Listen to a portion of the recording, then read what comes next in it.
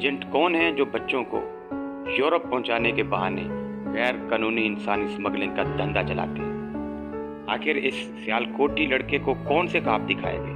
क्या वो पहुंच सका? उसने कितना पैसा खर्च किया और वो आज किस हाल में है?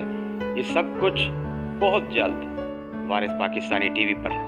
और हम नाज़रीन से ये भी प्रॉमिस करते हैं कि हम आखिरी एपिसोड में आपको ये भी बताएंगे कि वो लड़का इस वक्त कहाँ है, किस हाल में है, कितना कमाता है, उसने क्या खोया, क्या पाया, और वो गैर इंसानी सलूक जो उसके साथ स्मगलरों ने किया उसके बारे में वो बात करते हुए किस तरह फूट फूट कर रोता है। ये सब कुछ सिर्फ इसलिए कि लोग इबरत पकड़ें और अपना कीमती सरमाया ज़ाय करके यूरोप की तरफ डंकी लगाने की बजाय एक लीगल रास्ता अख्तियार करें। जी हाँ, पाकिस्तान का पासपोर्ट तेज़ी से इम्प्रूव हो रहा है और अब पाकिस्तान में ऐसे लोग मौजूद हैं जो हकीकी तौर पर वीज़ा गाइडलाइन पहुंचाते हैं और बच्चों को और नौजवानों को गाइड करते हैं ताकि ऐसे लोगों के चुंगल में हमारी नौजवान नस्ल ना आए।